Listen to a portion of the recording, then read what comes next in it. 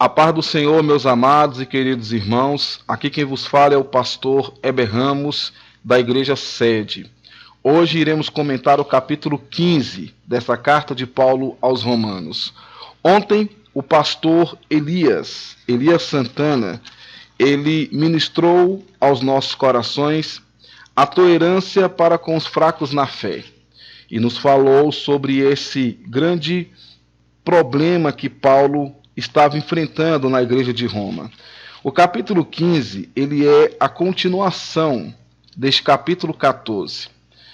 Isso porque a questão da discórdia entre os discípulos da igreja de Roma continua sendo o assunto do início deste capítulo. Se nós lermos novamente os versículos 1 e 2, diz assim a palavra do Senhor: Nós que somos fortes, devemos suportar as fraquezas dos fracos e não agradar a nós mesmos. Cada um de nós deve agradar o seu próximo para o bem dele, a fim de edificá-lo. Então, depois de resumir nesses dois versículos que nós acabamos de ler, o que ele ensinou no capítulo 14, Paulo vai continuar esse mesmo assunto até o versículo 13. Porque Paulo não conseguia pensar em outro exemplo de tudo o que estava ensinando do que o nosso Senhor e Salvador Jesus Cristo. Olha o que ele diz no versículo 3. Pois também Cristo não agradou a si próprio, mas, como está escrito, os insultos daqueles que te insultam caem sobre mim. Lembra muito aquele texto que está lá em Salmos 69:9, que diz assim: Pois o zelo da tua casa me devorou, e as afrontas dos que te afrontam caíram sobre mim. Se nós continuarmos lendo aqui, dos versículos 4 ao 7, nessa carta que Paulo escreveu, aqui no capítulo 15, diz assim: Pois tudo que foi escrito no passado foi escrito para nos ensinar, de forma que, por meio da perseverança e do bom ânimo procedente das Escrituras, mantenhamos a nossa esperança. O Deus que concede perseverança e ânimo, dê-lhes um espírito de unidade, segundo Cristo Jesus, para que com um só coração e uma só voz vocês glorifiquem ao Deus e Pai de nosso Senhor Jesus Cristo. Portanto, aceite-se uns aos outros, da mesma forma que Cristo os aceitou, a fim de que vocês glorifiquem a Deus. Isto foi falado bastante ontem no comentário do capítulo 14. E nesse contexto aqui, do seu ensino, quando Paulo se refere ao irmão mais fraco, Paulo reduziu sua exortação a princípios como consciência, convicção, consideração e amor. Primeiro princípio, faça tudo para a glória de Deus. Segundo princípio, busque o interesse do próximo para que ele seja salvo e edificado. E o terceiro princípio, não busque o seu próprio interesse. Você pode conferir isso em 1 Coríntios, capítulo 10, versículos 31 ao 33. A grande pergunta que tem que se fazer esta manhã é o seguinte: será que existe na Bíblia o exemplo de alguém que melhor aplicou esses princípios que Jesus? Esses princípios que nós acabamos de falar, será que tem na palavra do Senhor, na Bíblia, alguém que melhor aplicou esses princípios? Eu acredito que não tenha. Nós conhecemos a palavra do Senhor e se nós pegarmos do Gênesis ao Apocalipse, nós vamos ver que não tem ninguém que melhor tenha aplicado esses princípios. Porque Jesus, ele foi diferenciado, ele sempre buscou a glória do Pai em tudo, terminando sua vida terrena numa cruz, em sacrifício por todos nós. A exortação de Paulo, então, é para que sejamos como Cristo. Daí vem a palavra cristão, que significa igual a Cristo. Muitos falam, eu sou crente. Crente vem de crer. Crer, até o diabo crê. Crer que estremece. Então nós somos cristãos. Aquele que segue a Cristo, somos igual a Cristo. Paulo citou o Velho Testamento quando apresentou Jesus como o maior exemplo desses princípios. Quando Jesus se fez pecado por nós, tornou-se o modelo absoluto do que Paulo ensinou. Só viveremos em unidade com Cristo e com os irmãos quando pensarmos e agirmos com a mente de Cristo. seja os irmãos fortes ou seja os irmãos fracos. Paulo então concluiu o ensino e apresenta a sua aplicação nesta carta, mostrando a maneira como Jesus tratou seus irmãos mais fracos, os judeus. Durante 3 anos, Jesus teve algumas discussões com os líderes religiosos judeus, sem que muitos deles conseguissem entender sua missão neste mundo. Foi por esse motivo, meus queridos, que Paulo retoma o assunto tratado nos capítulos 9 a 11, citando os profetas que previram o retorno espiritual dos judeus. E aí, se você for lá no nosso canal do YouTube e digitar lá na playlist Romanos, Carta de Paulo aos Romanos, você vai ver lá que terá 5 áudios do capítulo 9 ao 11. Pastor Gedeon Júnior, no capítulo 9, nos trouxe 3 estudos, 3 áudios, capítulo 10 e capítulo 11. E o pastor Gedeon Júnior falou muito bem, tocando nesse ponto, porque Paulo teve que interromper e falar exatamente deste assunto. Então ele retoma o assunto e ele foi tratado muito bem nos capítulos 9 a 11 desta maravilhosa carta. Olha o que ele diz aqui nos versículos 8 ao 13. Pois eu lhes digo que Cristo se tornou servo dos que são da circuncisão, por amor à verdade de Deus, para confirmar as promessas feitas aos patriarcas, a fim de que os gentios glorifiquem a Deus por sua misericórdia, como está escrito: por isso eu te louvarei entre os gentios, cantarei louvores ao teu nome. E também diz: cantem de alegria, ó gentios, com o povo dele, e mais, louve o Senhor, todos vocês gentios. Cantem louvores a ele todos os povos. Isaías também diz: brotará a raiz de Jessé, aquele que se levantará para reinar sobre os gentios. Estes colocarão nele a sua esperança, que o Deus da esperança os encha de toda alegria e paz, por sua confiança nele, para que vocês transbordem de esperança pelo poder do Espírito Santo. Preste atenção na maneira como Jesus tratou aqueles líderes religiosos. Ele teve alguns diálogos hostis com eles. Em alguns momentos, o confronto foi acirrado. Entretanto, Jesus os alcançou dando o exemplo que Paulo usou em sua declaração de missão, quando escreveu que se fez judeu para alcançar aqueles que eram judeus, a fim de que eles fossem salvos. Você pode depois conferir em 1 Coríntios capítulo 9, versículo 19 ao 23. Talvez aqui Paulo estivesse sugerindo que Jesus foi motivado a passar tanto tempo com os líderes religiosos judeus, porque ele tinha compreensão exata do que os profetas tinham falado.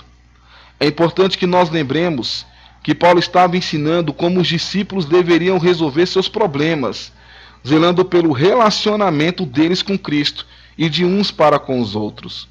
Olha o que diz o versículo 13, como que o versículo 13 finaliza esse ensino, e ele finaliza com uma bênção. Olha o que diz: que o Deus da esperança os encha de toda alegria e paz, por sua confiança nele, para que vocês transbordem de esperança pelo poder do Espírito Santo. A esperança é a convicção de que existe algo de bom nesse mundo e que um dia viveremos essa experiência boa, ou seja, a esperança que nos traz essa condição. E no Velho Testamento encontramos referência a essa esperança, no que é bom. Olha o que o salmista diz no Salmo 34, versículo 12. Quem de vocês quer amar a vida e deseja ver dias felizes? É a pergunta do salmista.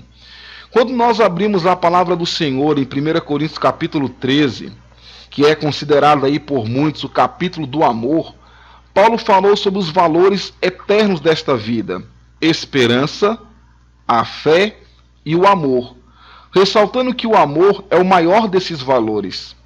Quando nós abrimos Hebreus capítulo 11, lemos que a fé fortalece a nossa esperança. Se não temos evidência alguma, nem razão para crer em algo bom, dificilmente teremos esperança de que algo acontecerá. Mas quando cremos em Deus e que Ele é galardoador daqueles que o buscam, como diz a palavra do Senhor, então nós temos uma base sólida para acreditar que o bem que esperamos acontecerá. O amor não é apenas um caminho até Deus. Paulo afirmou que dos 3 valores eternos, a fé, a esperança e o amor, esse último é o maior deles, porque Deus é o quê? Deus é amor, conforme está em 1 João, capítulo 4, versículo 8. E quando nós experimentamos o amor descrito por Paulo, aí sim nós criamos um relacionamento permanente com Deus e Ele conosco. Você pode ler em 1 João, capítulo 4, versículo 16. Paulo, então, passa a compartilhar alguns objetivos com os discípulos de Roma, recrutando-os para o ajudarem a cumprir o seu chamado. Olha o que ele diz aqui nos versículos 14 a 16. Meus irmãos, eu mesmo estou convencido de que vocês estão cheios de bondade e plenamente instruídos, sendo capazes de aconselhar-se uns aos outros a respeito de alguns assuntos.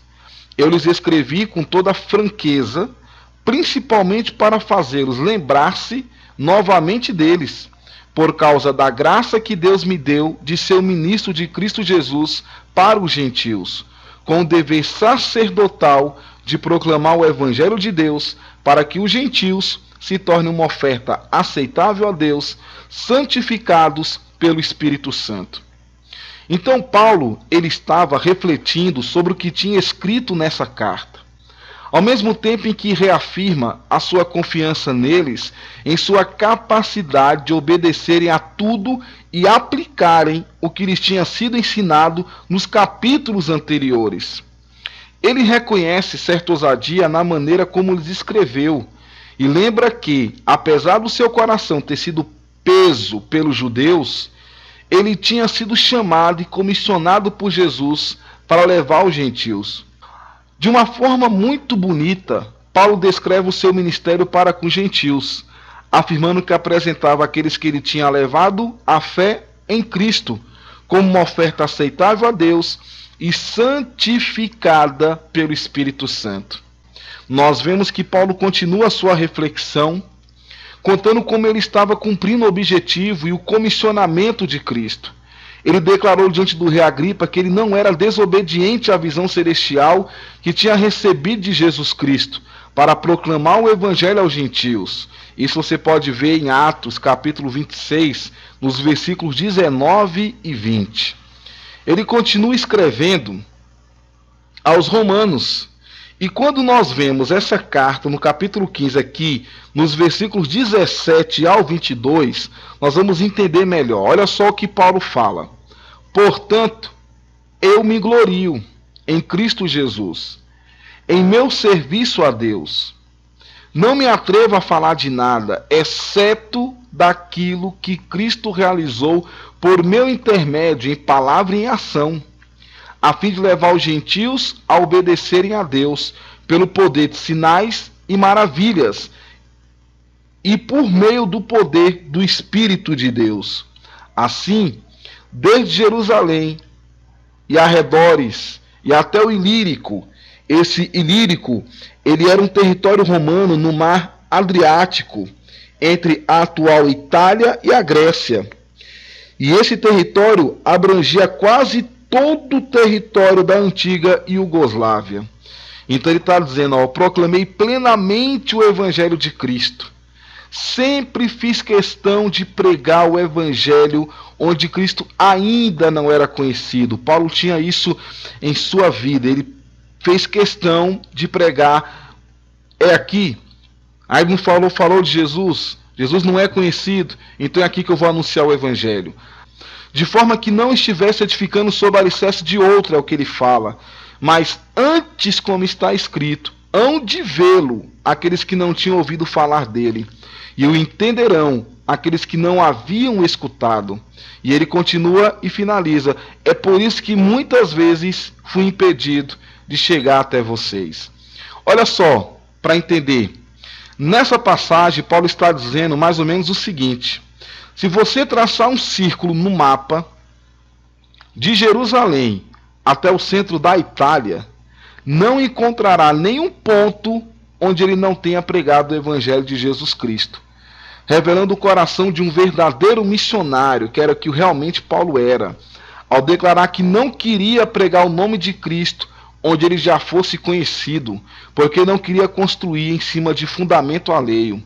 Isso quer dizer o quê? Que ele tinha o mundo inteiro em seu coração. Da mesma maneira que o mundo todo está no coração de Deus, como podemos observar na declaração do grande apóstolo, que mostra a extensão da sua visão celestial. Então, assim como o mundo está no coração de Deus, o mundo também estava no coração de Paulo. E olha o que ele diz aqui nos versículos 22 ao 24. É por isso que muitas vezes fui impedido de chegar até vocês. Mas, agora, não havendo nestas regiões nenhum lugar em que precise trabalhar, e visto que há muitos anos anseio vê-los, planejo fazê-lo quando for à Espanha. Espero visitá-los de passagem e dar-lhes a oportunidade de me ajudarem em minha viagem para lá, depois de ter desfrutado um pouco a companhia de vocês. Quando eu li esse versículo, eu achei algo interessante aqui. Ele fala assim, eu vou dar a oportunidade de me ajudarem. Ou seja, é uma coisa gloriosa me ajudar, é uma bênção me ajudar. Se você estiver me ajudando, com certeza você vai ser abençoado, você vai estar me enviando, você vai ter a oportunidade de receber algo bom de Deus na sua vida, porque você vai estar me ajudando. Ele fala, eu achei interessante, dar-lhes a oportunidade de me ajudarem. E ele continua, em minha viagem para lá, depois de ter desfrutado um pouco a companhia de vocês. Quando nós aprendemos lá com o pastor Cristiano, nos últimos capítulos do livro de Atos, pastor Cristiano da nossa igreja do Pedregal, você pode ouvir novamente os áudios lá no nosso canal do YouTube. Os últimos capítulos do livro de Atos mostram que Paulo tinha verdadeira obstinação para ir a Roma. Quando ele finalmente chegou lá, quase dá a impressão de que ele tinha cumprido sua missão com os gentios, porque tinha alcançado a capital daquele império mundial. Entretanto, no texto que nós acabamos de ler, nós percebemos que ele tinha essa persistência em alcançar esta cidade, porque esperava que a igreja de Roma o enviasse e lhe desse todo o apoio para ir à Espanha, a fim de proclamar o evangelho ali. Em várias de suas cartas, Paulo menciona a oferta que estava juntando com as igrejas gentílicas que ele tinha estabelecido, como por exemplo as igrejas de Filipe, a de Corinto, para aliviar o sofrimento dos crentes judeus que vivia em Jerusalém. Olha o que ele diz nos versículos 25 e 28. Agora, porém, estou de partida para Jerusalém, a serviço dos santos, pois a Macedônia e a Acaia tiveram a alegria de contribuir para os pobres dentre os santos de Jerusalém. Tiveram prazer nisso, e de fato são devedores aos santos de Jerusalém. Pois se os gentios participaram das bênçãos espirituais dos judeus, devem também servir aos judeus com seus bens materiais. Assim, depois de completar essa tarefa e de ter a certeza de que eles receberem esse fruto, irei à Espanha e visitarei vocês de passagem. Então nós estamos aqui diante de um grande homem de Deus. Ele jamais perdia a oportunidade de lembrar os gentios que eles estavam em débito com os judeus, por causa das bênçãos espirituais que tinham recebido, em razão da incredulidade deles. Paulo fez outra declaração muito interessante aqui, muito bonita, referente à sua visita a Roma e aos discípulos daquela cidade. Olha o que ele diz aqui no versículo 29. Sei que quando for visitá-los, irei na plenitude da bênção de Cristo. O que ele quis dizer por plenitude da bênção de Cristo? Ele responde esta pergunta quando ele escreveu lá aos nossos queridos irmãos da igreja de Corinto, como está registrado em 1 Coríntios capítulo 2, versículo do 1 ao 15. Aliás, versículo do 1 ao 5, ele explica como chegou à cidade de Corinto. Ele fala, eu mesmo, irmãos, quando estive entre vocês, não fui com discurso eloquente, nem com muita sabedoria para lhes proclamar o ministério de Deus.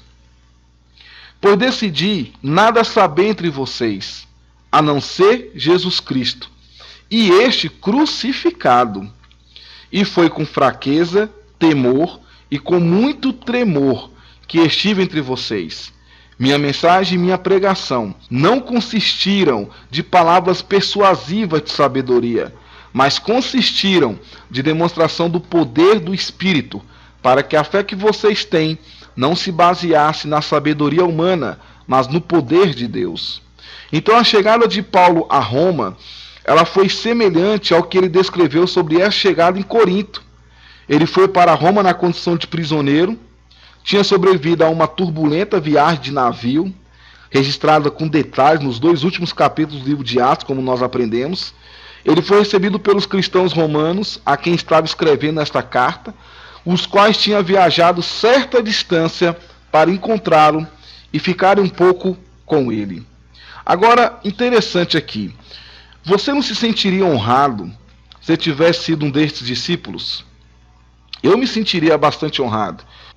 Antes de registrar seus cumprimentos pessoais, Paulo escreveu estas palavras: recomendo-lhe, irmãos, por nosso Senhor Jesus Cristo e pelo amor do Espírito, que se unam a mim em minha luta, orando a Deus em meu favor.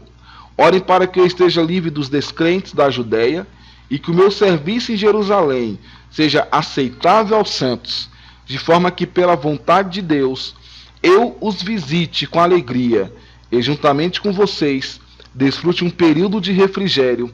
O Deus de paz seja com todos vocês. E ele finaliza pedindo oração. Recomendo-lhe, irmãos, por nosso Senhor Jesus Cristo e pelo amor do Espírito, que se unam a mim em minha luta, orando a Deus em meu favor. Ele termina essa carta pedindo que o povo, que a igreja, ore por ele. Muitas das vezes, consideramos a oração como um momento de conforto, reflexão.